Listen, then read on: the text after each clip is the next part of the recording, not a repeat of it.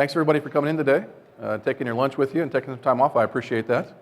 The topic of today of interest, I think, is of interest to everybody. I can't remember a conversation I've had with a client company in the last 18 months where the number one topic wasn't, how do I manage customer experience so the customers will stick around and not leave me? It's so hard to get them these days.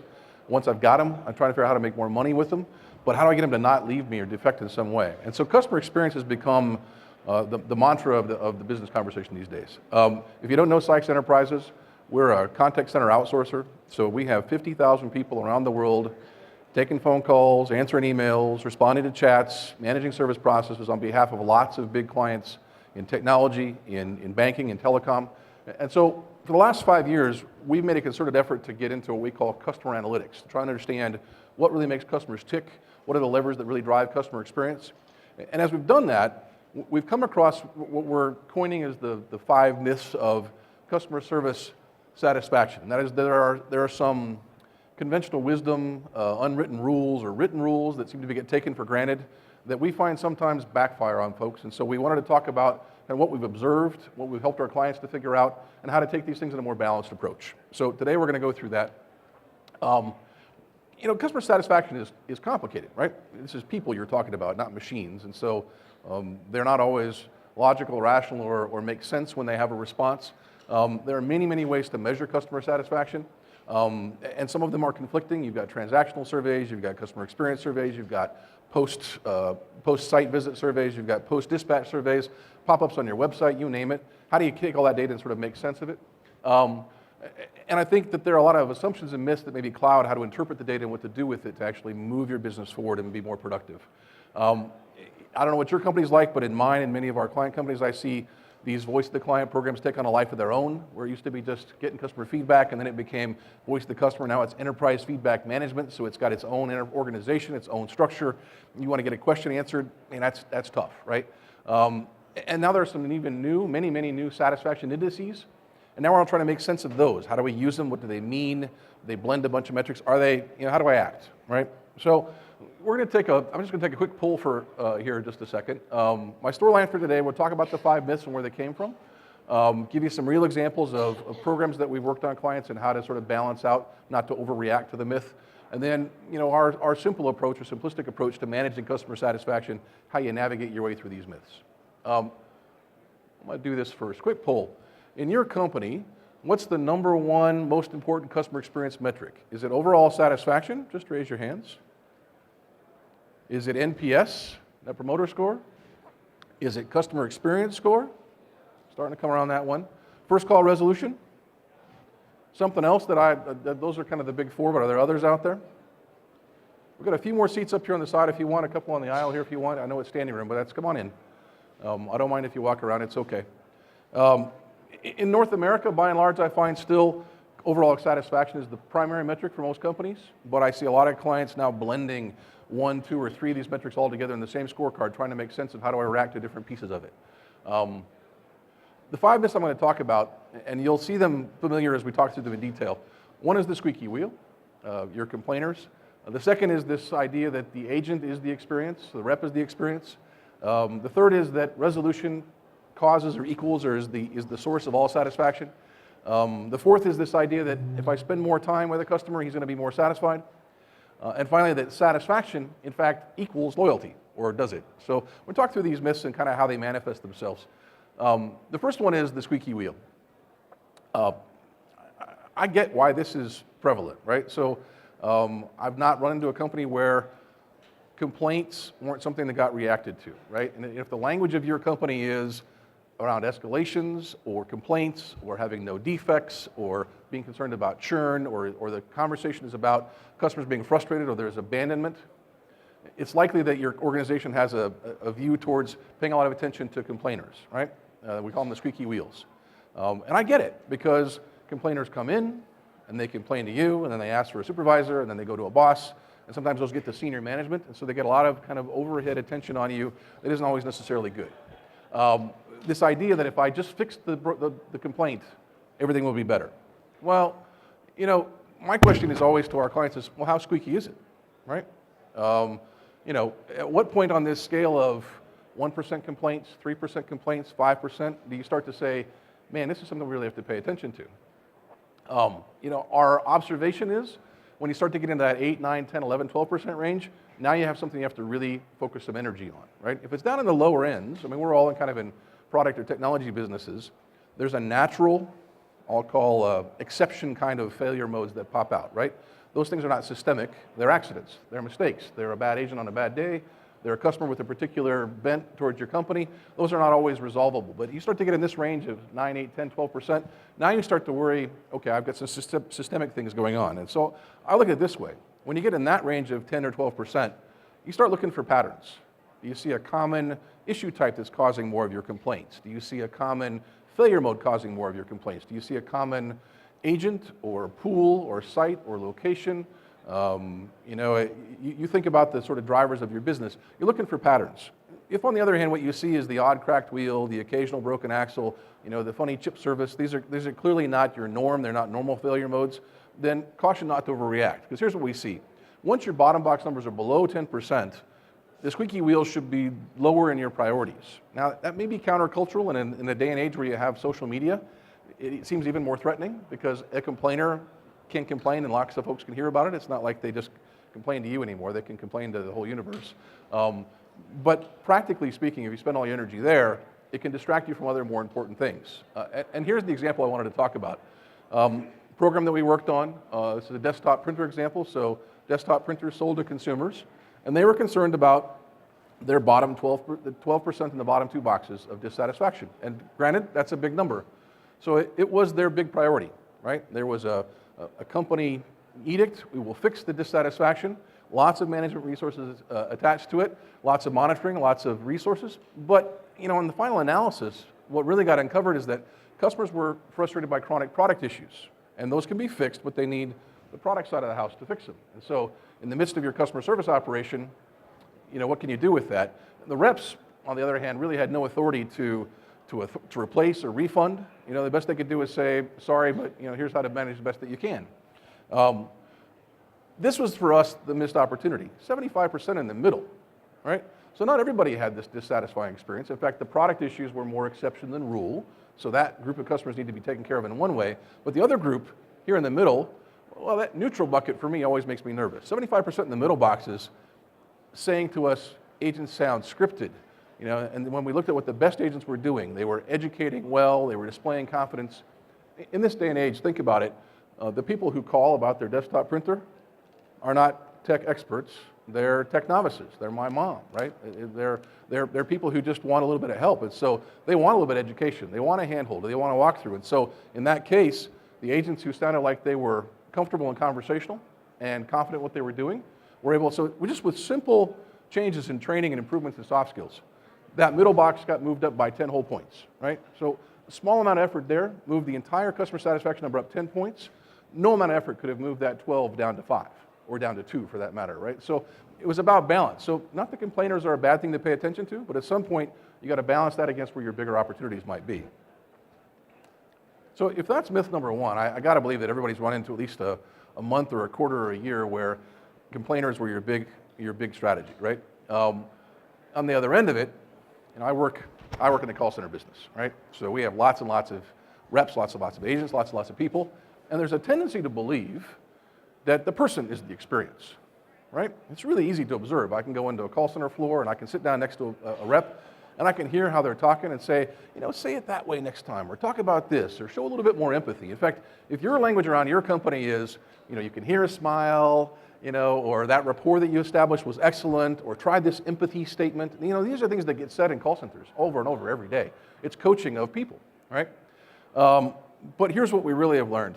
Soft skills do make a difference, but primarily, in that last example, as we discussed, around moving the good to the great, all right? They're very hard to use to move dissatisfying experiences to something better. And let me just give you another example. So here's what we've seen is that if you look at your survey responses on customer satisfaction, whatever metric you use, and that sort of middle bucket is neutral, what we found is that the skills that you have to work on to move that up are more what I call hard skills. Product and process knowledge, the way I use my tools, the way I use my desktop setup, how effective I am at listening, things you learn in training. clear communication, just having confidence, which usually comes from knowledge and some familiarity and experience. When you look at that sort of satisfy box in the middle, now you're looking at more soft, I'll call human skills, but things that you have to sort of draw out of people. You know, how do you diffuse anger? How do you exhibit empathy without sounding mechanical? Showing ownership, being an advocate for the caller, building that rapport. It's not, you know, what do you think of the football game this weekend, but sort of how you really listen and resonate with what the customer's issue is and how you help them solve it like you're their champion. So what we found is that while soft skills are easily observable, and I can't tell you the number of operations I looked at where they say, this year's strategy is soft skills across the board for everybody. The honest truth is that the soft skills are most powerful if you target your middle performing people and say, here's how to be a little bit better, right? Well, you got your poorer performing people or more in the bottom half, then you got to look at hard skills and how to affect those. It's just there's a different approach. So don't get sucked into that trap of looking at hard skills and soft skills and saying, let's soft skill everybody. In fact, soft skills down here in this neutral category don't help them. If you don't have the product knowledge, there's nothing you can do about it anyway. If, on the other hand, your numbers are down in this bottom end, you know, it's some more fundamental issues maybe at work. So if your processes are cumbersome, your systems are slow, your policies get in the way, you know, soft skills are basically icing on the cake, but they can't really drive you forward the way you might want to go. So another example, here's a client that, in their view, had been kind of stuck at a top 2 box score of the high 60s, kind of low 70s. Their goal was 75. Believed and had targeted that agent soft skills were a way to move that 75 up to the 75-point level. Well, this is a tech support client where a lot of the cases were tickets, right? You call in, you start a case, somebody works on it, they come back to you later. The analysis that we dug into uncovered the following, that, you know, the tickets can take days or weeks. That one interaction with a rep or an agent has an impact, but it's not the primary impact. Customers were far more sensitive to how well the company kept its time commitments. You know, in a measurement schema that we looked at, we asked, did the rep tell you how long it was going to take? If the answer was yes, then we checked later on to see if they were satisfied if it was missed or met. That had a huge impact on satisfaction, far more than any soft skill that was involved.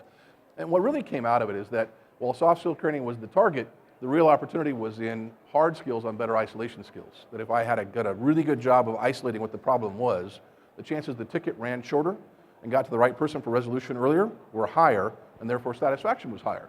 So again, there's this kind of counterintuition that because you're on the floor and you've got see people around and say, I can coach that skill, I heard that issue, you could do this better, it might not be the most important thing to work on. So, you know, this is our conclusion, and I think if you're in the tech services business and you've got engineers who aren't necessarily known for soft skills, you can sometimes say, geez, I feel defeated about that. Oftentimes, that is just icing anyway. Think back about what the more enabling levers are in your business and do the analysis to figure out what really drives satisfaction there. So not many people raise their hand on the FCR primary metric, but I assume most of you measure FCR as a metric in your operation.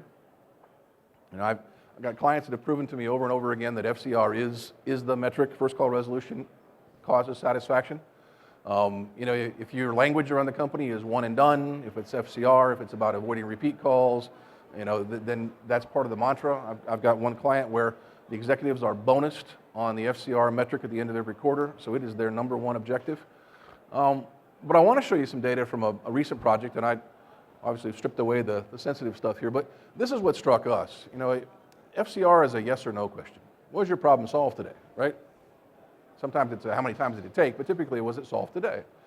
So we looked at customers who gave customer satisfaction scores of superior, just short of that, kind of unhappy and extremely unhappy, and we compared that to whether their problem was resolved or not resolved. So I agree. At first glance, I said there's absolutely a correlation here. As resolved goes down, experience is better. As not resolved goes up, you know, experience is better, right? So it seems like there's a correlation. But, you know, explain this. How is it I came and told you I had a superior experience, but 8% of the people didn't have their problem solved? So it wasn't necessary, was it, for that 8%? Or for me, more interesting is this group. So how is it I resolved the problem for half of the customers who told me they were unhappy, and for 10% of the customers who told me they were extremely unhappy? So despite resolution, nonetheless, not happy. So resolution can't be all there is to it. And I think that for me is the myth here is not that FCR is bad, it's you got to pay attention to this matters. But oftentimes it's not the pure FCR equals satisfaction that we'd like it to be. Here's an example of a cell phone program that we worked on. Client was confused, so were we, right? Conventional wisdom says FCR up, CSAT up. Well, FCR was up pretty good. CSAT was horrible. I mean, people were just not happy. Primary metric, all the way down to the agent level, was resolution. You will resolve, you measure on FCR every day in your scorecard, right? So what we observed is that agents were taking that too far, and they were hanging on to customers as long as they could. That last chance to try and get that resolution, because I know I measured on it, right? They knew that they probably couldn't. They knew the odds were going down in some cases. They knew there were problem types they had a low probability of solving, but they were trying to solve them because they were coached that resolve, resolve, resolve, and that was their effort. So what did we end up working with this client to change? Put yourself in the shoes of the customer now, and the difference is, customer says, I don't want first call resolution. I want you to get me to the best person to resolve my problem. And in many of these cases, think about cell phone manufacturer, the owner of the problem is either the store where it got bought or the carrier who sold the plan, right? So what we did was we worked with the client on a program to work on what we call triage. First 30 seconds, figure out who's the likely best owner. You know, there's another rule in call center business is transfers are bad. Transfers are good if I get you to the right person quickly, right? So don't hang on to it for 8 minutes and then transfer it. Transfer it in the first 30 seconds or minutes. So we worked on quick handoffs and graceful handoffs, saying there's somebody better that can handle this, I'll get you to them right now. Second is we trained the agents better how to understand what the best locations are for these answers and these questions. So they weren't just guessing or hoping or just saying automatically, try where you bought the shop. We had to give them permission, by the way, to not be strictly held to the FCR number, saying, you know, you got to choose the path that creates better customer experience. We also gave them permission, and it was interesting, as we looked at what customers were asking for, many of them said, you know, even if you can solve it, I don't really want to spend 18 minutes on the phone with you to talk about my cell phone. Just email me the troubleshooting thing you're going to talk to me about, how to set this feature up, then I'll have it, and if I mess it up next time, I can do it again, how to pair my Bluetooth headset or what have you. So we added a new process with them to respond to questions with fulfillment, which was shorter, more self-service, and more in the interest of the customers. So all these things kind of fly in the face of this idea that, you know, resolution was the goal. Resolution was one mechanism to get to the goal, but we changed that acronym for them to BRP, Best Resolution Path. Find the best likely endpoint and sort of get the customer down that way. Giving customers choices is a powerful thing to do here, right? Sort of saying, you know, do you want to try this with me? Do you want to try this on your own? I recommend you go back to the shop. That's the best location to go. Then they feel like you're in their advocate again, and you're doing something in their interest, and not just focused on your metric of, I got to try really hard to resolve this for you today. It leads to this myth. There's kind of two sides to this. I've seen it done a couple ways. Anybody in your company, in companies here, have the conversation around, if we just spent more time with customers, they'd be happier. If we gave them more time on the phone, more time at the visit, they'd be more satisfied. The other way around, right? This is the one I usually get. We can only afford enough time for a good experience, not a great one, right? You know, we got limits, we got handle time caps, we can't give the customer all that he wants. We do our best, but you know, we have to make compromises. This belief that time and experience are a trade-off. The more time, the better. The less time, the worse. But you know, here's what we found. You know, that only works if you think about your business in kind of averages, right? The average amount of time for a phone call is 8 minutes. The average amount of time at a customer's house for a field visit is 2.5 hours. You know, the reality of what we've seen is that in call space, 10 to 50% of the calls account for 25 to 30% of the total time spent. They're twice as long or 3 times as long as the average. There's this long tail out there, really long experiences, right? So it's not that all calls are average long. The average is actually quite a bit shorter. The middle is short, but the tails are extensively long. And some of this is necessary. It's true. It's driven by inquiry types. You know, certain cases are longer than others. But a lot of this can be amassed for inefficiency and ineffectiveness. If you haven't seen it, I've seen it this way. We'll talk about an example. But you know, solution-wise, here's what we look at: is that, you know, when people come and contact you about, you probably have 4 or 5, 6 different drivers of your support experiences. Each one of them has its own unique character. And there is a kind of an optimal, typical time and energy spent to do that, how it's done well or how it's done pretty well, right?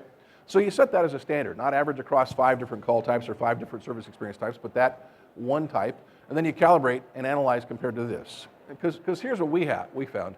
Again, a laptop client that we worked with who had the company mantra that they said, you know, we want to be better than the rest of the manufacturers out there. We want to have a better customer experience, so we will give the call as long as it takes, right? So as we listened to calls and listened to customers, what we found is customers didn't want all that time. In fact, they felt guilty, right? So here I'm a laptop, you're rebooting my operating system. Customer says, yeah, I'll call back after this is done. They say, no, I'll hang on the phone with you, it's fine, right? So 55 minutes later, and they've rebooted the machine 3 times, they've reinstalled a bunch of drivers, all this kind of thing. Customer feeling horribly guilty that he's wasted this agent's time. It's really interesting, the dynamic here. He doesn't feel good at all. The time didn't benefit him whatsoever. Again, this is FCR at work, by the way. So there's a metric here that said the agent trying to solve the problem on the first call, so he's hanging on to it. But, customer's ready to bail out. So we had to change some things operationally, right? So one is you got to allow second calls. 2 is where there was clearly an issue with some agents and some call types were more likely to have the hour-long call when the average should have been 30 minutes, right? And so they need hard skills training, isolation skills, product knowledge, stuff that was getting in the way of, or they'd been there too long and they were guessing they knew the problem and going down a triage path and then coming back because they'd gotten it wrong and had to start over again. So even that was about both the new people and the older people, right? But better results is that customers want it off the hook, right? And they don't mind sometimes calling back or trying it on their own or being directed to self-service, or again, just like on that previous cell phone case, send me some instructions, I'll try it on my own. If this is likely to work, I'll do it myself, right? So, don't be trapped into believing that time is a trade-off. Actually, a lot of the time that you can save is time wasted masking some of your people who are less efficient, who haven't got the right skills or need more training. If you can fix that, you can buy time back and then use that really to your benefit to give more time to a better soft skill experiences and those kinds of things. So my last one, and I think this is the one that's most pervasive and least talked about, is this idea that satisfaction equals loyalty. So a lot of you said you use overall SAT as your metric. Is it a top 2 box score that you measure? Top 2 or top 1? Top 2 boxes, raise your hand. A few, a lot. So in my company, it's 75%. I mean, I tell you, it's either 75, 70, or 80. In most companies I've been to, those are the metrics for top 2 boxes. Here's what I struggle with, right? Some surveys we do, top 2 boxes look like that, 75%, excellent, right? 10% in the bottom 2, so I'm happy with that kind of level. I'm not too worried about complainers. Others look like that. So those clearly can't be equal customer experiences, can they, right? And one you got 40% in the top box and the other got 15, your top 2 is still 75. I got a lot of clients that say, I got 75, I'm stopped, I'm done, I'm happy, right? And we're gonna work on something else. But looking inside of here, do we not all believe that there's a huge difference in those customers and how willing they are to be your advocates, how they'll go out and talk positively about your brand, how they'll recommend you to their friends and neighbors, how they might buy more product. Really stand back from the speakers here. And the skills that separate that second from the first box are those soft skills we talked about earlier. But they get missed sometimes because people don't granularly separate between the top box and the second box. I was at a client about 6 months ago, was really impressed because they'd come to the conclusion that they were happy with their 80% top 2 box performance, but they wanted to shift it from 30-50 to 50-30. That's a big change. Moving 20 points out of the second box in the first is big effort, big money. And if your company isn't measuring that way, it's hard to justify the ROI sometimes until you see what the real benefit is. For me, they're the ideal customer. So here's another experience we had, and it's what struck us. The client was a top 2 box measuring company. As we dug in, wireless carrier, all right? So you all have sort of billing, customer kinds of calls, customer care stuff. Well, so there was a well-managed transaction, resolved and efficient. It was a billing call. What's my balance, pay my bill, check on something, right?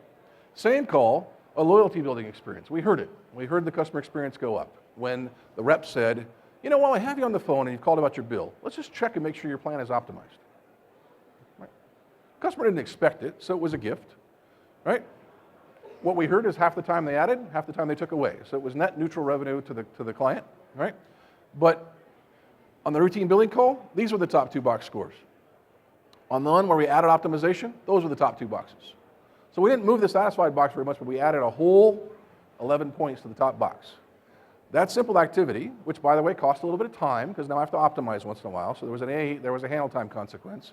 But in the wireless business, where churn is the metric and you're so worried about losing customers, and if they stay with you one more contract cycle, you get your whole acquisition cost back in your hands. I mean, think about your acquisition costs. You get somebody to stay with you an extra 12 months on an annuity contract of some kind, it's really absolutely worth it. And so that we think is the big deal here. In satisfaction not equaling loyalty, this is where I believe that the NPS guys have got a good idea, right? Sort of who are really your advocates, who are out there talking about you positively, who are really your detractors, who's out there kind of trashing you or complaining. You got to look at that mix. I think there's so many different metric scores you can play with, but a balance of them is certainly interesting. So I'm going to do one more poll here. At your company, which one of these do you think is the most challenging to avoid, these traps I've talked about? Is it the squeaky wheel? Is that the one you fall into? Yeah, I figured that much, right? Is it the person is the experience, let's just manage the reps so they're nice and friendly? Yeah, that happens sometimes.